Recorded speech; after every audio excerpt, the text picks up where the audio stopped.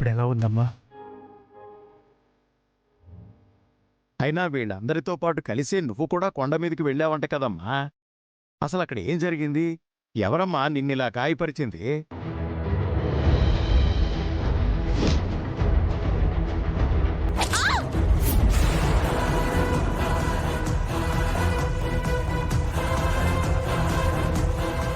అంటే అంటే వాళ్ళు నిన్ను చంపాలనుకున్నారా? అవునమ్మా, వాళ్ళు నన్ను చంపడానికే అక్కడ కాచుకునున్నారు. అసలు ఎవరు వాళ్ళు? నిన్ను చంపాల్సిన అవసరం వాళ్ళకేంటి?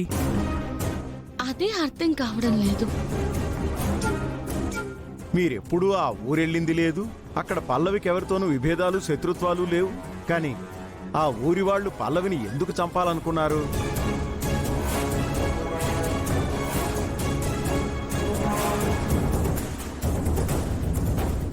అసలు పల్లవిని చంపాలనుకుంది ఆ ఊరు వాళ్ళే ఎందుకు అయి ఉండాలి నాన్న?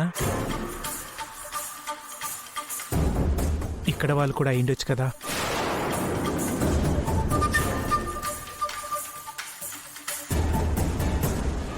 మీరన్నది నిజమేనండి. మేము అప్పటికప్పుడు అక్కడికక్కడ అనుకున్న టాస్క్ అది.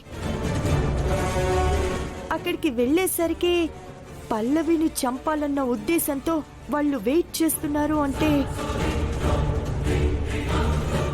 అక్కడ జరిగే ప్రతి యాక్టివిటీ, మా ప్రతి కదలిక ఎవరో వాళ్ళకి చెప్పుండాలి.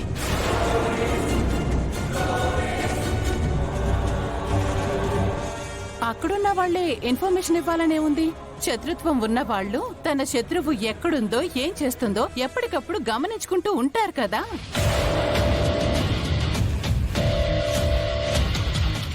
పల్లవికి ఎవరితో విరోధం ఉంది?